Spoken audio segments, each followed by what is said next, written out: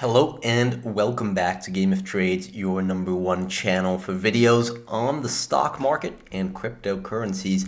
This video is going to be focused on the S&P 500 that continues to climb its wall of worry, or at least so far continues to climb its wall of worry. It is now almost 16% off the low, 16% rally. That is almost twice the size of the average annual gain of the S&P 500 just in the space of a couple of months. And what I mean by climbing the wall of worry is that we're coming out of an environment where we had a lot of pessimism. Now, that by itself really doesn't predict anything, but it does give you somewhat of an idea of how many market participants are left on the side and how many people are betting for the market to go down, which could ultimately lead to short squeeze rallies, and how many people can FOMO back into the market. And you can see this chart shows you the small trader put call premium. It's just one of the indicators that we use to measure the sentiment in the market. And you can see we are coming out of an environment with a lot of pessimism. You see that again and again in the market. When you have a lot of pessimism, people are going to give you all sorts of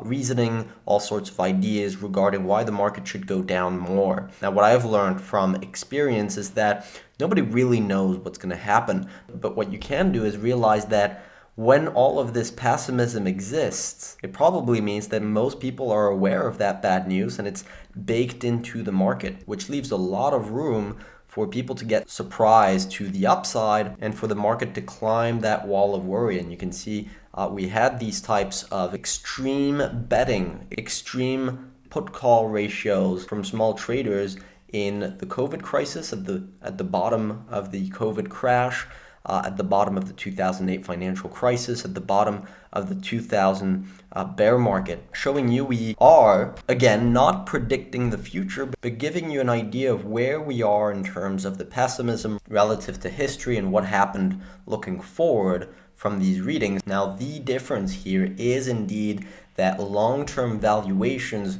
really don't look attractive here. So you're in this mixed world where you have clear signs of investor pessimism, which tells you you should be viewing the market with contrarian eyes and aiming for higher highs. But on the other hand, if you zoom out, you can see we are at a similar earnings yield, which is essentially the valuation of the S&P 500, a similar earnings yield to the top of the 2000 dot-com bubble. So how do we mix all that in together? Well, the way we are viewing it right now is that the market does have this wall of worry to climb. Now, whether that's a straight line up or whether we bounce around a little bit before moving higher, that's another question. But we do have this attractive setup here. So as long as all the headwinds that we had throughout 2022, they continue to dissipate. And when I say that, I'm talking about inflation, I'm talking about rising commodity prices, I'm talking about the war in Ukraine, I'm talking about rising oil prices. All of these were big concerns throughout 2022. And ever since June, it seems like a lot of these have begun to reverse and actually potentially turn into tailwinds, right? We finally got a below than expected inflation reading. I believe that's the first time we actually got a below than expected inflation reading for quite some time. So that came as a surprise to the market. We have bond yields that are moving lower, which allows the market to begin looking forward to easier monetary conditions, which is definitely not what we had throughout 2022. And so far, the underlying cause behind inflation and yields has been oil here, and I'm going to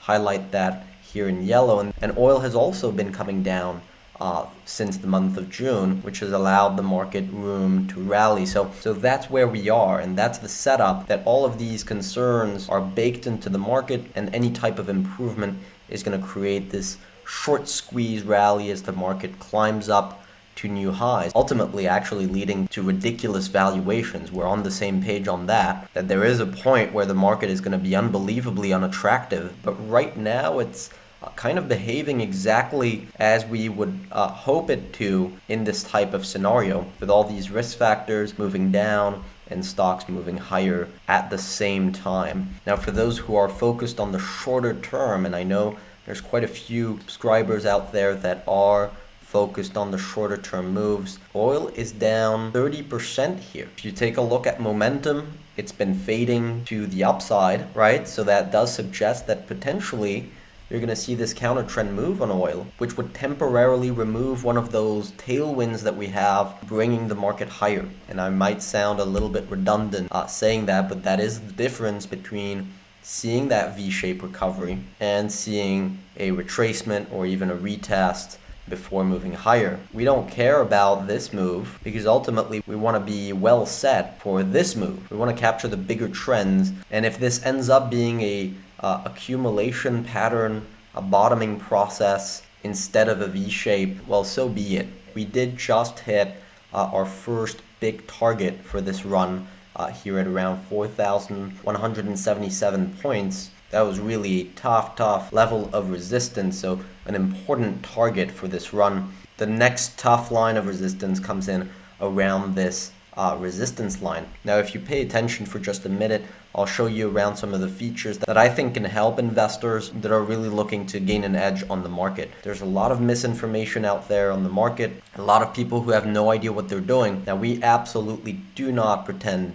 to have a crystal ball and to be right all the time. Nobody is able to do that. But we do know what great setups look like and when the odds are in your favor and how to profit from those setups. The idea behind the website is that we keep you updated on the big setups on the market and how those could play out with the macro conditions. And just as a quick example here, this is a chart from an article that was posted just following the first rally off the June low here. And we highlighted a couple of things on this chart. First of all, that there's a bullish technical setup with divergence right here. So price moving down, momentum moving higher, that's bullish divergence. And you can see here, this type of setup can be a precursor to major technical bottoms. We highlighted a few targets here, 4 targets, and one of them being 4,177 points. Now, the point I want to get to here is that those targets to the upside would be hit in the event that the macro environment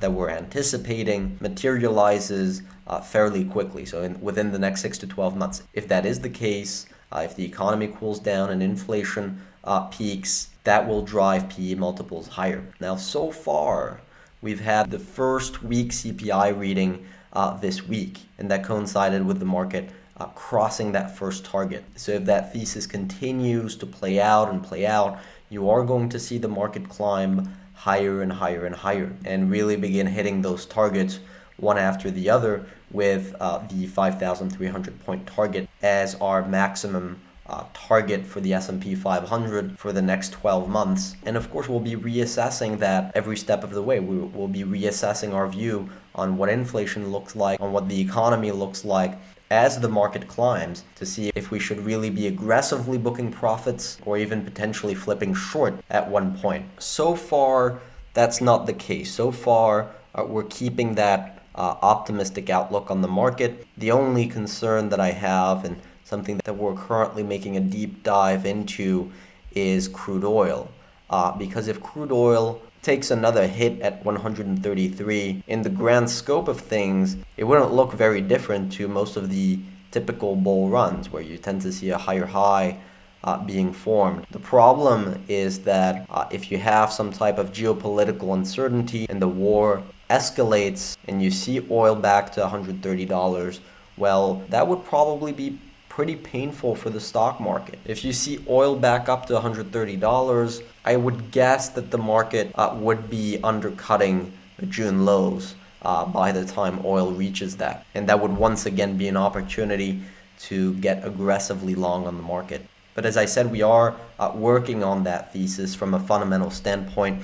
You can leave a comment down below to tell us what you think about oil. The way we are seeing things is that there's a lot of evidence the economy is cooling down very, very significantly. We've had one of the most rapid rises in bond yields in decades, whether that's the short or long end of the curve.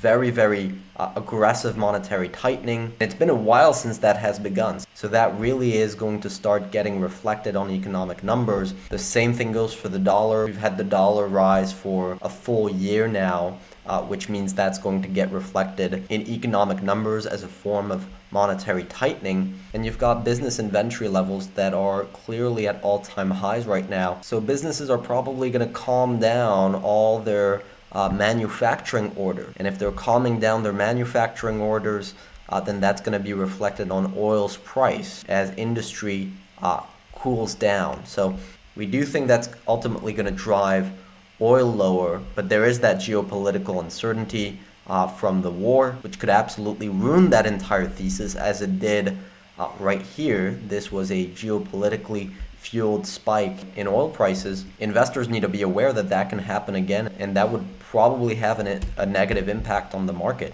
And then the second thing is that nothing goes in a straight line. So if you have a counter trend rally here, that would probably be a tough time to be in the stock market throughout that period. So that's something to watch out for as well. By the way, if you're so far enjoying this episode, don't forget to click on that like button. It really does help push our videos out to more people and makes the effort and time that we put into making these videos, it makes it all worthwhile. And of course, if you are new here and you enjoy this content and you want to follow these kinds of episodes focusing on the market, make sure to smash that subscribe button. Now, that's about all I wanted to cover in this episode. I hope you guys enjoyed. Now, in the meantime, I wish you good luck on your trading and see you next time.